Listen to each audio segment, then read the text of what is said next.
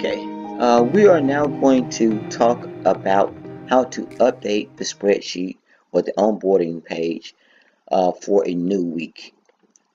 We touched on it earlier in the overall overview of this program, but it's important that we put more emphasis on it to ensure that it is done properly. So let's get started.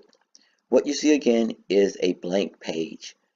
I decided to do it this way because I wanted to, again, reemphasize how to move the data over from the interview page over to the onboarding page. I think that's extremely important. So, in my opinion, I would like to start there at this particular time. So let's go over to the interviews page, and you'll notice that there are 7 candidates that were interviewed. 1 on Saturday, well, 3 on Saturday and 4 on Monday.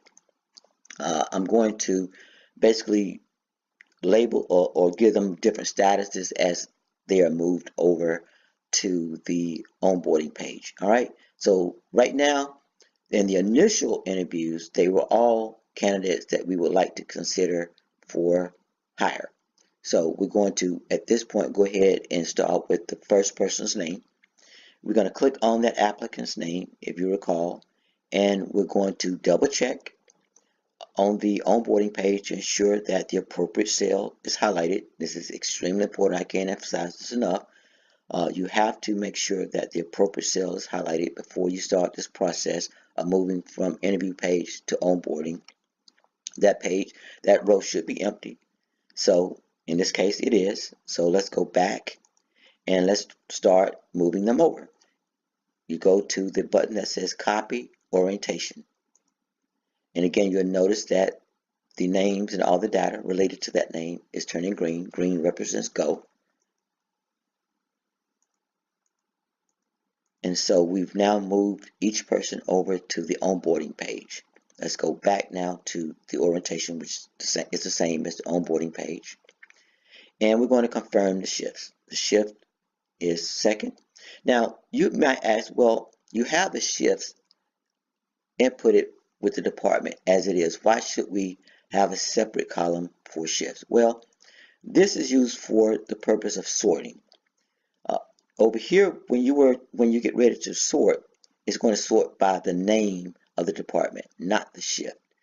We also, at some point, would like to sort by shifts to keep everything consecutive, consistent, and much easier to understand when reviewing the spreadsheet. So this is also a way to double check to ensure that you are putting the person on the right shift, as opposed to basically clicking the drop down arrow here and moving them over and not really realizing that you put them on a different shift. All right, so just kind of keep that in mind. I am going to, at this point, though, change this person, and so I just want to make sure that you'll notice that the person name didn't change, but the department is. So you can come over here after discussing something with a manager or an applicant and make changes once you move them over to the onboarding page. So that's important to know, that you can make changes after you move them over. But do not make changes after you put them in the system. It's best to make changes before. So just kind of keep that in mind. Now, let's just say that we have completed the background check and this person was approved, but this person was not. This person is still pending. This person is still pending. This person was approved. This person is still pending. And this person was approved. So we have 3 people approved. We have 1 disapproved. We have 3 people pending. But they're spread all over the place. This is where the sorting button comes into play. When you click sort, it puts everyone, it groups everyone whose status is the same together. We now have the 3 people that are approved together, the 1 disapproved, and the 3 people that are pending together. That's important visualization. That's important when you're trying to deal with a lot of people.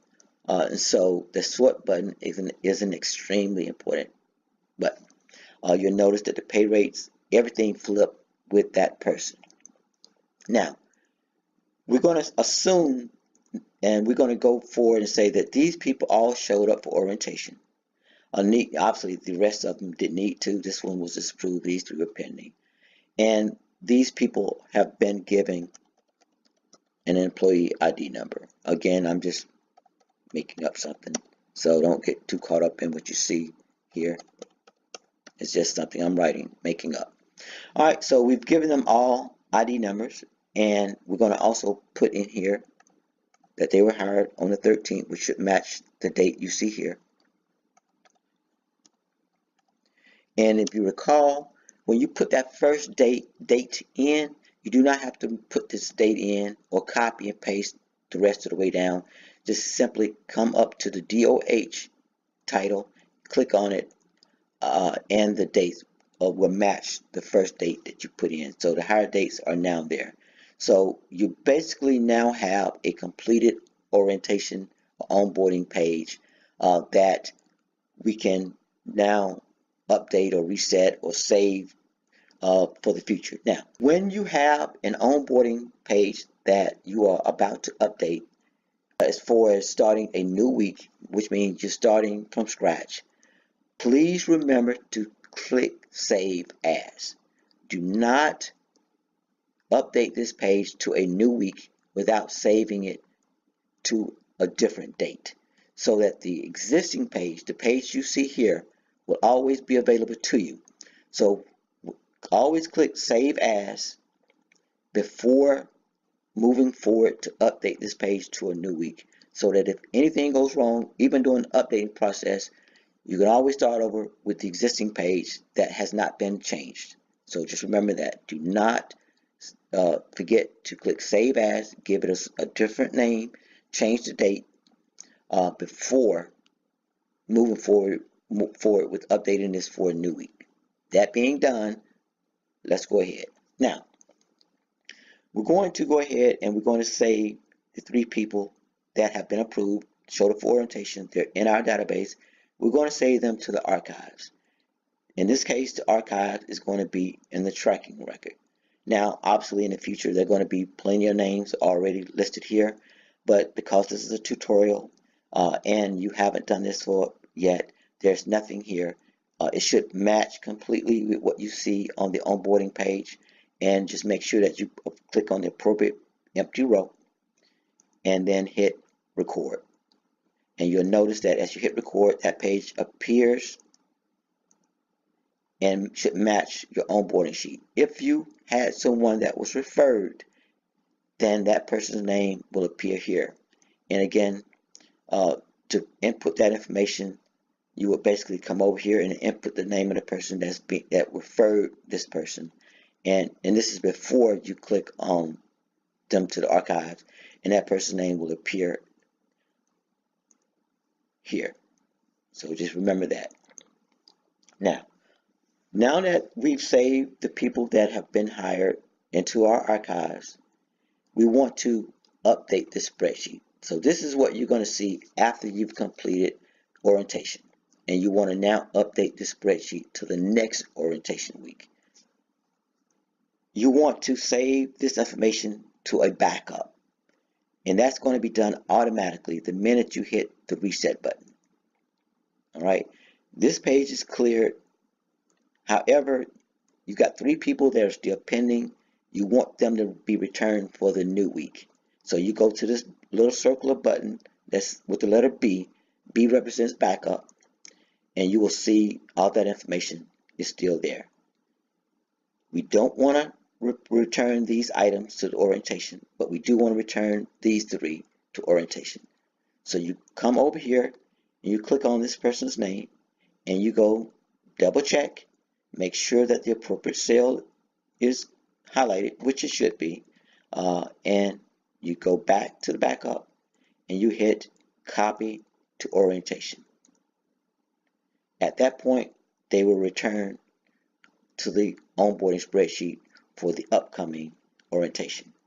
So the last thing we're going to look at right now, and you can do it last or you can do it first before resetting or saving the page, is to make sure you change the date for the next orientation class. simply click in the yellow area here.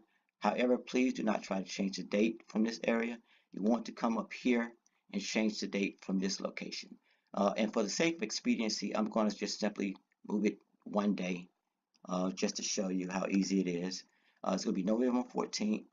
It's going to be on a Wednesday.